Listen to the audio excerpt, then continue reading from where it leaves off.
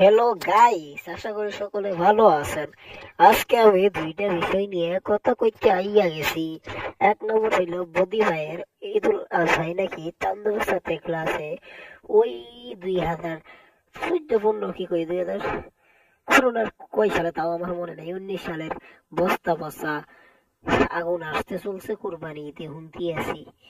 তো এটা আইলে কেমন হবো? আমার কাছে একেবারে জঘন্য। কারণ এই সময় এসে মেগাস্টার শাকিব খানের যে নাকি তুফানের মতো মুভি করছে, তাণ্ডবের মতো মুভি করছে, সেই সব বস্তা বাচ্চা এখন যদি দেয় সেটা ভালো হবে না। হ্যাঁ মানছি প্রযোজকের টাকা অনেক খরচ হয়েছে, ওটিটিতে দিলেই তো হয়ে যায় নাকি কামড়া, ওটিটিতে দিলে, হ্যাঁ ওটিটিতে দিলে কামড়া নাকি? সেটা তো ওটিটিতে দিলেই হয়ে যায় নাকি? হ্যাঁ, আমি চাই এই এই আগুনটা ওটিটিতে আসুক। এখন যেটা রিমার্স রয়েছে যে আগামী কোরবানি ঈদে তাণ্ডবের সাথে নাকি এই আমাদের আগুন ভাই আসবো। যাই হোক, এটা আর বলার কিছু নেই, এটা এখানে স্টপ রাখি।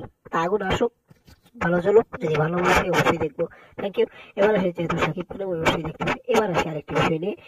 নীরব রিসেন্টলি বললো যে বরবাদ নাকি বাংলা অন্যান্য 17-18টি মুভির চেয়েও বেশি বাজেটের। তো আজকের ভিডিওটি এ পর্যন্তই। ধন্যবাদ পুরো ভিডিওটি দেখার জন্য।